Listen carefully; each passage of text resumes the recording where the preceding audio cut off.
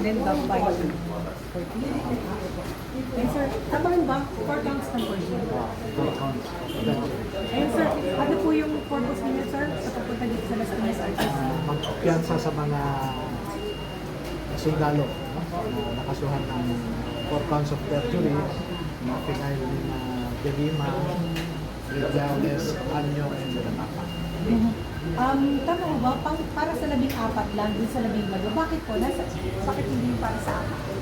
Namimiss mo yung 4. Yung 4 ay kasama sa sinasabi nila na pera. So doon sa 4, 3 ang sa kanila ang ginamit ng ombudsman ang kanilang affidavit, no? They are 3 of the 8 witnesses na kinuhanan ng affidavit ng ombudsman. So, yun. Hindi pa po natin pwede disclose yung mga pangalan. Oh, pwede naman. Si Waupan, Tube, Bulontape, and Larodel. Attorney, si Trillanes po, Senator Trillanes, binurong yung kaso. Inurong na po niya yung kaso dun sa 4 na dito. Okay lang. What's your comment reaction po? Kasi sila naman ang nagtrabaho dito para umatras sila eh. Okay lang. Attorney, Normal sa may mabigat na problema. Ano po kaya ang dahilan? Nagsabi ba sa inyo yung 4 at bakit na po sila nagkita? Yes, may mga verbal kami pag-uusap, meron din text messages, no? At yan ay iniipon ko para maipakita ko bukas kasi mag-conduct kami ng press conference bukas. Pero basically, ano mo ang nilahilan nila ng pagbawi? Kasi ano din mo magiging epekto? Very personal kasi yung rason nila, no? Ang una, sinasabi nila na takot na sila sa kanilang seguridad, no? Gusto na rin nilang manahimik kasi hirap din yung biyahe-biyahe pabalik Manila, no? Tuwing preliminary investigation, and then ito, hearing. And then, matagal na yan na sinusuhulan sila para bumaliktad. Katulad nung naipakita ko kanina sa inyo, meron kang isang nag-text na sinasabi, pasensya ka na sir dahil sa aking nararanasan na tentasyon, sabi niya, no? At maraming mga personal na rason. Ang isa dyan yung pamilya. Kasi alam nyo, yung mga bosses of the government, pinupuntahan pati kamag-anak nila, asawa, mga pamilya, kapitbahay, no? So iba-iba yung pumupunta sa kanila. Hindi po nasuhulan din sila? Tumagot sila? Hindi ko masasabi kasi wala naman ako. Ang masasabi ko lang ay nasabi nila sa akin na merong offer sa kanila. So hindi confirm kung tinanggap? Hindi nila kinonfirm kung tinanggap. Basta nagsabi sila sa akin at nagpaalam, no? At yung isa doon, sabi niya, sir, lahat kami dito na 18, umalis kami sa servisyo dahil sa pamilya namin. No?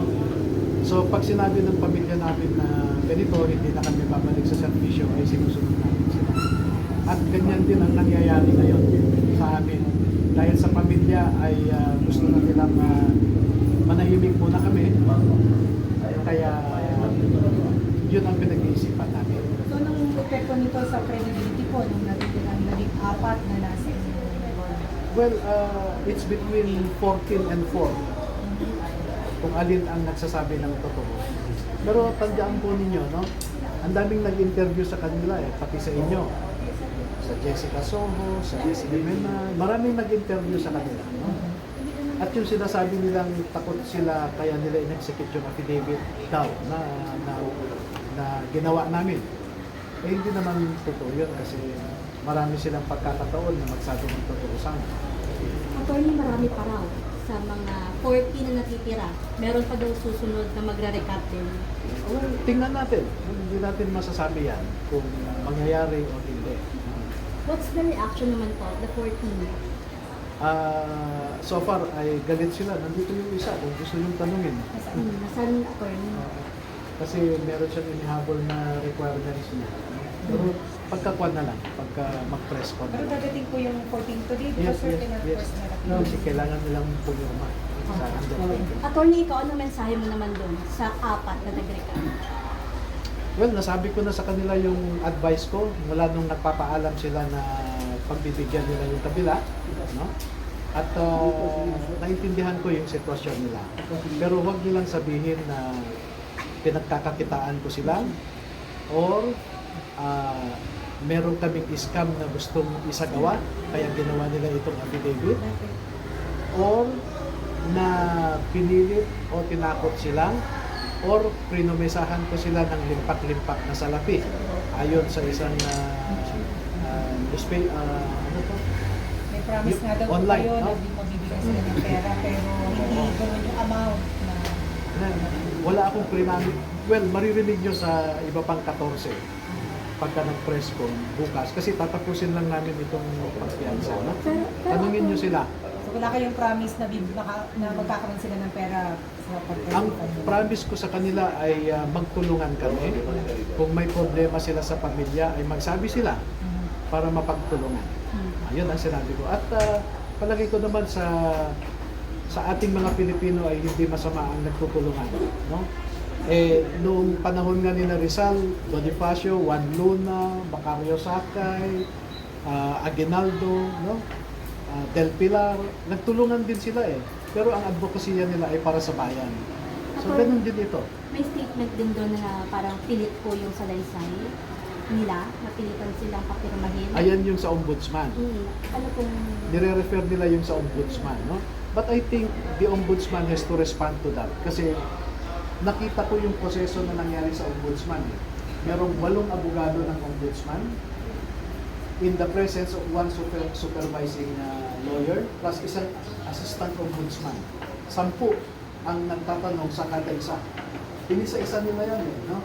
So just imagine 8 lawyers interrogating, examining each one of them whole day.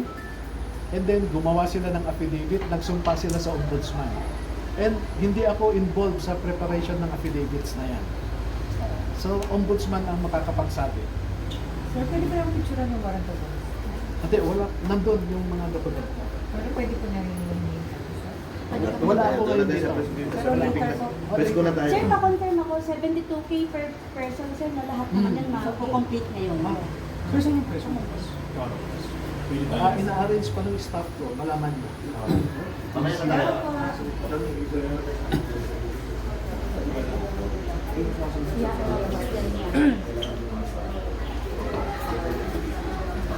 Babalik ko na po yung dalaga. Tapos suportahin po rito yung report. Yes. Attorney, yung interview kami later.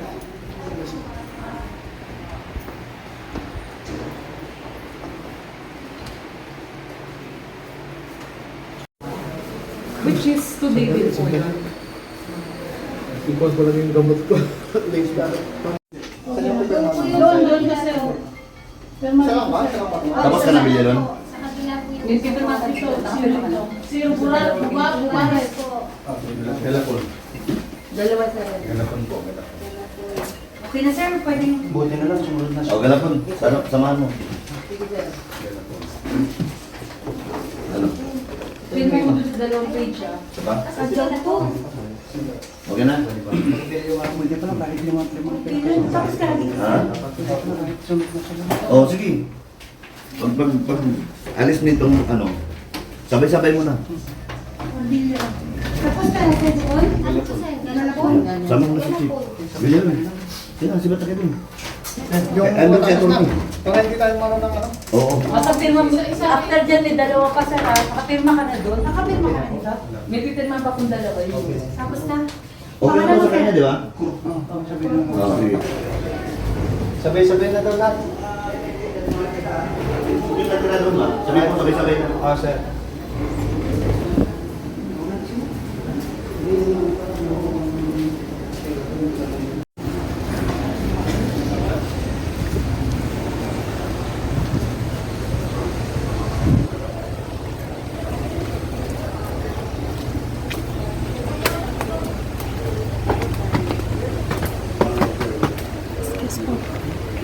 the reality is this.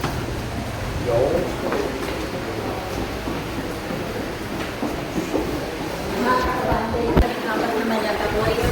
So, nandito sila para maglalakha ng piyansa. Kaugnay doon sa kaso nila ay 4,000 per day. Si Wow pa lang, gano'n, no?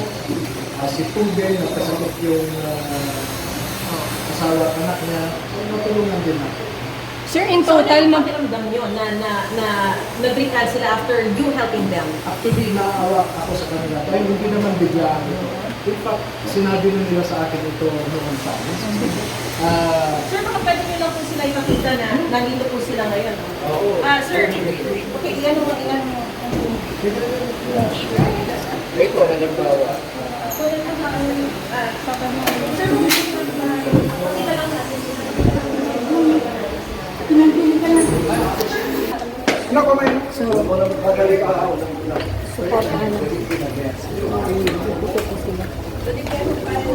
Diretso lang, diretso. Saan si Mike Lai? Ito din doon. Ikot naman.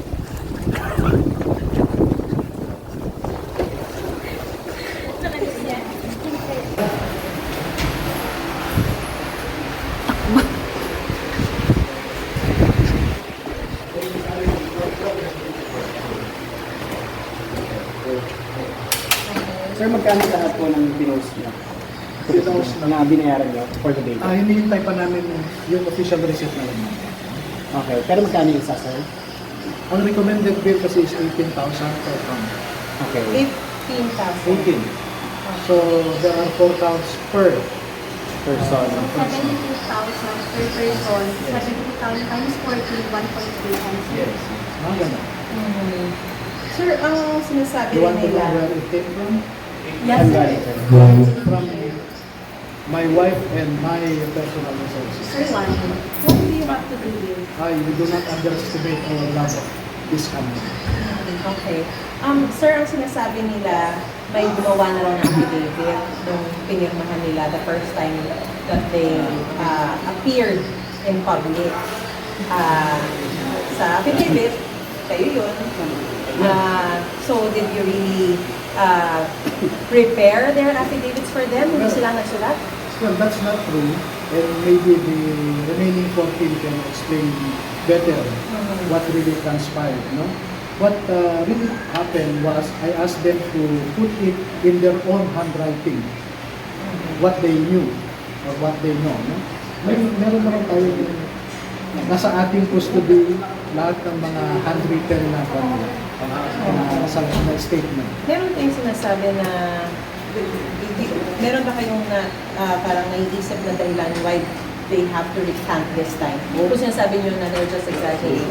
O medyo marami na silang sinasabi sa akin na report, no? And pag ikaw kasi ay subject ng isang focus na operation, pati kamag-anak mo, kapitbahay mo, barangay officials, ay pinupuntahan ng ilang tao para kasama sila na mag-pressure sa'yo. And, bigyan ko kayo ng isang example. Sabi, sorry sir sa sorry sir sa nararanasan ko nagbago, no? Ang sinasabi niya ay, excuse us.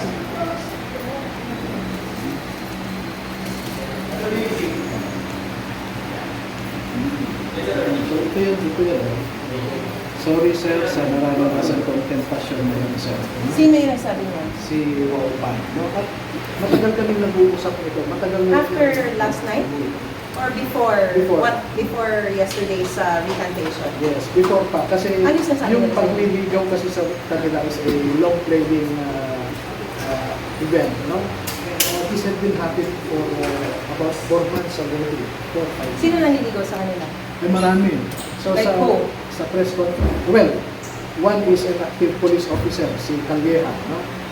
Dahil pinsan niya yung isa, Pinsan niya si si yung isa sa mga Oo. Marines, Maneta Boys. so mga ganun, no? Si dating Colonel Dominguez. So I can show you also the text messages of Colonel. Ano pinalaman nila? Ito yung mga dating tao ni Saldico Okay. na ngayon ay nasa isang grupo ng partisan, no? Na grupo. So, naniniwala po ba kayo na mabigat pa rin yung kaso yung laban dun sa mga kiniklaim nila na against Martin Romualdez, Zaldico, President Bongbong Marcos, and others na inimplicate ng 18 Marines? Now that there is recantation. Well, for BBM and Sandro, no? Since 2 days now, we recanted about what we claim, no? As one of those who delivered in Ilocos. So mawawala na yun, for sure, no? Until may mga pagbabagong mga sitwasyon in the future. Because I have other independent witnesses and evidence na hindi pa naman lumalabas. Okay, pero naniniwala, pero kasi may nagsasabi na hindi daw yan part ng 18 Marines, yung nagrikan. Bahagi naman talaga Yeah, sila. I confirm na bahagi sila. Oo. Pero you don't, hindi masama ang loob mo sa kanila, naaawa kayo. Hindi masama ang loob o masama rin ang loob. Yes, kasi Yes, ano yung yes? naawa ako, no? Pero hindi masama ang loob. In-explain nila sa akin yung sitwasyon nila. Yung pananakot, no? Yung kinokonsensya sila dahil yung isa, halimbawa si Gudong Tate, pinsan buo niya si Alejano. Si Gary Alejano, yung classmate ni Antonio Tulio. Okay. Matagal na yung sinasabi sa akin, sir. Ganito. So sabi ko, pag-isipan nyo lang mabuti. And then actually, 3 beses silang umiyak na, sir, ganito, hirap ng sitwasyon. So naintindihan ko yung sitwasyon nila. And sabi nga ng isa, no, may nararanasan siyang temptasyon. Because at that time, he was offered 20 million. By who? Ilalabas ko sa press conference namin. Kasi may mga text messages silang sinabit sa akin. Even recorded conversations. Kailan po yung press conference?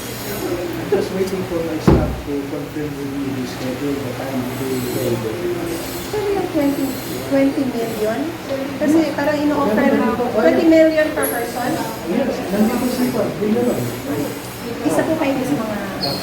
Isa sa mga sumbawa na, Sige, ano, pwede niyo po sa amin, magkano po yung offer? Yung experience mo Yung lang. experience nyo lang po. Hindi, kasi parang, sige. 20-25 million per kasama. Nino. Sabihin mo yung nakausap mo. Sino po sa person? Yung kabilang dati lang kasama. Sino? Like, patapos ma'am, hindi patapos. Mark Tunagan. Dito sa kabila ni Kalinga. Kaya laban. Sino kayo nag-offer sa'yo? Sa inyo?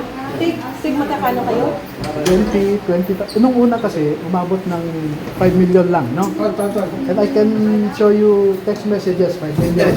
Hindi, sinabi 5 million daw galing sa inyo. Hindi po. Hirap na kaming magpiansa eh. Kung may 5 million ang mga to, busy na na. Hindi, baka hindi galing sa inyo sa pocket niyo, pero dun sa sumusuporta sa inyo. Sino? Hindi ko po alam. Pero you would know better. You can ask later on before team if there is anyone behind me or behind them other than us lang. Okay. Well, tumulong si Mike Defensor. Paunti-unti, no, groceries, kasi alam niya, nasa safe house sila. So, ganun lang. Pero yung pera na 5 million. What was his objective in helping? Well, kinausap ko kasi siya noon, no? Bago lumabas itong 18. Mike, what happened to Odessa? Pero hindi alam ni Mike Defensor, nakausap ko na, kasama ko na itong mga 18. Kasi October of 2025 ako yung magkakasama. So, nagpunto siya kung anong nangyari kay Odessa. And that is what I wanted to prevent from happening to the 18. Kaya mula noon, nag-uusap kami ni Mike. No? So, yun ang role lang ni Mike Defensor. Yung sinasabi nilang pati si Marcoleta daw. Kasi ay, nagkita lang kami ni Marcoleta noong kondo, siya yung buribong niya. Eh, binabawi na po ngayon ni Senator Villanes daw yung kaso niya laban doon sa 4. It's part of the deal. They will recount and we will also execute an affidavit of resistance. If it's part of the deal, do you think he's behind this? He is one. Kasi makita mo yung post niya. He is one what? He is one of those operating to convince the 18 to recant. Sino? Si Sammy Trillanes. So you can monitor his Facebook account. Sinasabi na niya noon pa, balang araw, meron at least isa dyan makakalakad. Alam ko yung iba. Pero matibay pa rin yung kaso nyo kahit na may nag-recant pa. Kasi it's 14 against 4. Eh, sinong paniniwalaan? Kasi sabi nung apat, inoperan sila ng pera before, tapos ngayon, ino-operan din sila ng pera. So, Yung apat ang nagbabago-bago. Pero yung 14, okay. stick to what they have executed. Yung pinagsamang sinampaan sa Laysay, they continue to subscribe to that. And the affidavits they executed before the lawyers of the Office of the Ombudsman. Sir, just a quick update. Ano lang po yung nangyari ngayon? Bakit kayo nandito? Ano po yung ginrant o Nag-post kami decision ng ng court? nag-post kami ng bail ngayon kasi kahapon was nag-declare na suspended ang offices. So ngayon, kasi tinapos ko na namin ang San Juan, Caloocan, Bulacan. So, nakompleto na ba for all the 14? Yes. Nag-post din kayo ng bill kung sa ibang mga courts, tama po. Yeah, ako rin mismo. So, gano'n ka na? So, ano yung mga courts and how Yeah, much? in Caloocan, I think there is there are 2 counts of 700 in Caloocan, 2 counts of Muntinlupa, 1 count in San Juan. Sir, dito anong case, sir? Sir, dito anong Here, case? Perjury? 4 counts of perjury fair, no? Magkano lahat, sir, na nagastos mo for the bill? Hindi ko pa pinakompute ngayon. Lahat kayo? Ang nagbayan? Yes. Attorney, how sure you are na wala nang magre-recant sa labing apat pa naman yung kasos? Well, only time will tell. And maybe during the press call, you can ask each of the 40 remaining what is their temperament, etc. But I cannot answer for them. Pero ako, na-anticipate ko na itong apat kasi matagal ko nila sinasabi sa amin. Sa ganito ang sitwasyon. Family, and remember sir, we left the service because of our families. Nung yung isa ayaw nang mag-report ng asawa niya na bumalik sa serbisyo, hindi na siya bumalik. Mabigat ang pamilya sa kanya. And that I appreciate. Kaya hindi ako galit. Rather, I understand the situation. Dito sa Las Piñas Attorney, magkano nagastos? 1.3 million. Sa ibang courts, hindi nyo alam yung mga nagastos. Sa Caloocan, mga 679. The other bills. Muntinlupa, so far, 2 banks pa lang yun. Sa mga 20 lang yun. Kasi Ken, Ano yung sa mga Caloocan, iba-ibang kaso? cyber libel. Sa parehong two courts? Yeah, same. Sino gusto yung complainant ng attorney? Si Sunny Trillanes. And, Siya lang, kasi siya yung taga doon. how about sa Muntinlupa? Si Takapa. Dahil sa statement ko ni dating Senador Trillanes, sabi niya, pinagsasamantalahan lang daw po yung mga ex-soldiers na mga taong may madaling na layuning politikal. Ano po yung reaction niya? Well, that's the tenor of someone who is politicized himself. Pero kami, if you will notice, we have not gone to any gatherings of what they call BBS or Pro-Duterte. Umiwas kami dyan. Ayaw namin, ako mismo, ayaw kong mabahiran ng politika itong ginagawa namin. And that is my policy in my advocacy. Sa PDAP scam na lang, no? A lot of people were convincing me to release the evidence against this and that person. Pero until unless I find complaints with the Office of the Ombudsman, hindi ako pumapayag na ma-politicize yung aking ginagawa. Attorney, after nito may isisiwalat pa ba yung 14 na?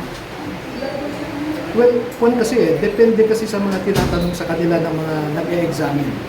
So for example, sa Office of the Ombudsman, may mga additional information na na-elicit ang mga lawyers ng Ombudsman. How about mga official, attorney? Meron pa ba silang mabanggitin na malaking big fish ang tawagin? Well, you know, wait for the time when a new set of witnesses will come out with stronger evidence, including logbooks, including ledgers, and including another set of maletas. No? Sir, what do you mean another set? Panibagong... May mga kwan kasi, ibang witnesses na hindi, shall we say, hindi nagtrabaho kay Santiago, pero nagtrabaho mismo sa mga involved na tumanggap. Meaning, sila ang naghatid ng Sila yung- mali-maletang pera rin? No, they are the recipients. Recipients mismo. Recipients, pero... Employees of recipients. Pero why daw, sir? Why sila kakanta? Alam mo, lahat tayo apektado sa nakawan sa bayan mo ito. If you check the 2024 and 2025 GAAs, no? Makikita mo, projects were funded under 2024 that were not implemented, but the funds were released and allegedly paid to the contractors, pero walang project. And the same projects were refunded in 2025. Attorney, kailan ina-expect yung mga bagong witnesses? Very soon. Very soon. Hintayin lang, makapagpiyansa lang kami and we'll just try to weather out what's happening to our group now. Kasi ang dami yung buong intelligence community nakatutok sa amin. Bakit kailangan parang pautay-utay ang witnesses? Hindi Dahil naman- ba hindi na masyadong mabigat yung evidence nitong mga first set of witnesses ninyo? That's why you have to have another set? Well, when the witnesses approached me, sir, gusto namin tumulong kasi ganito ang na-witness din namin sa amo namin. No? Na nakatanggap ng mali-malitang ganito. Kumbaga ngayon lang lumabas yung mga naglilitawan yung mga witnesses. Actually, mga, I should say, mga 3 months ago na in-approach nila ako. Pero medyo wala pa akong time na i-process sila. Sir, kanino galing yung 25 million na ino-offer? Sa bawat isa ba to sa 14? Well, yung nag-o-offer, tinanong ng isang sundalo, sino ba ang financier mo? At binanggit niya, no? So, one of the complainants ang nag-o-offer. Sino? Well, ipapakita na lang namin yung text message mismo sa inyo. Sabihin niyo na, sir. One of the complainants, Saka na, or saka. is either Kasi I have Trillanes to collect Lima? all the text messages, all the video Okay, but that's just one name. One of the names. One of the not names. Now, not now. Attorney, bakit hindi pa kayo napapagod? Many are asking, ba't daw hindi pa kayo napapagod? Sa dami ng hinaharap nyo ngayon. Alam mo, this is the price. Alam mo, I want to contribute sa future ng ating bansa. Yung mga anak ko, gusto kong mag-iwan ng isang gobyerno, isang bansa na mas, shall we say, comfortable for them. No? So ngayon, grabe ang nakaw. You know, before I came out, I talked with one public finance expert and one economist. We studied the GAAs. And I tell you, we agree, 1.7 trillion ang nanakaw. Yes, we understand your patriotism and your love for the country, but to the extent of shelling out millions and millions of pesos for these men? Yes. I will do that. Bakit? I did that in the PDAP scam. I supported also the families of my witnesses. And then what happened? Well, Enrile, Estrada, and Bombardiga were sent to jail. 25 congressmen were also charged before the Sandigan Bayan. Pero, again, politics kasi. Sir, sorry. Dun sa pag-recant kasi nung apat, is ilan sa mga sinasabing mga ginabang, binawi na raw yung mga paghahatid di umano ng pera kina Marcos, Romualdez, Co. So, isa ba yun dun sa sinasabi niyong nag-offer ng 25 million for each of these Marines? Walang clear connection, no? Yung sinasabi niyo. Pero merong isang complainant na sinabi nung nag-o-offer na siya yung financier. Clue. Ilalabas namin. Is it Senator Trillanes, sir? Isa sa mga complainants. Trillanes or no? Saka na lang, ilalabas namin, no? Let me collect and prove Sir, sorry, may it. bagong dating kasi. Sino po Malay yung din na nabanggit naman. ko kanina na name na parang nasa likod po ng pagbibigay rin po o pag-o-offer ng pera? Well, isa yung Police Master Sergeant Calguera, Johnny Calguera, still in the active service ng BNP. And all his police career, he was assigned with something. Also with Pichoso, and there are two employees of one media operator na napangalanan. Na-videohan yan at na-record yung conversation. Maliit pa. And a lot more, no? Maraming nagtatrabaho. Is that attorney? Sa tingin niyo, hindi ba kaka-apekto dito sa kaso yung pag-recant ng 4 at may madadagdag pa ba na magre-recant? Yung maapektuhan yung kaso, hindi. Kung ba'y madadagdag na magre-recant pa, I don't know. Sir, patingin mo rin yung screenshot, sir, nung ano. Sir, sabi mo na-edit. Kanina sabi may sorry, nadala ng temptasyon. So ngayon, ano na sir yung message sa'yo na na-edited? Sorry sir, no? Sorry sir, nararanasan ko. Sorry sir sa nararanasan ko.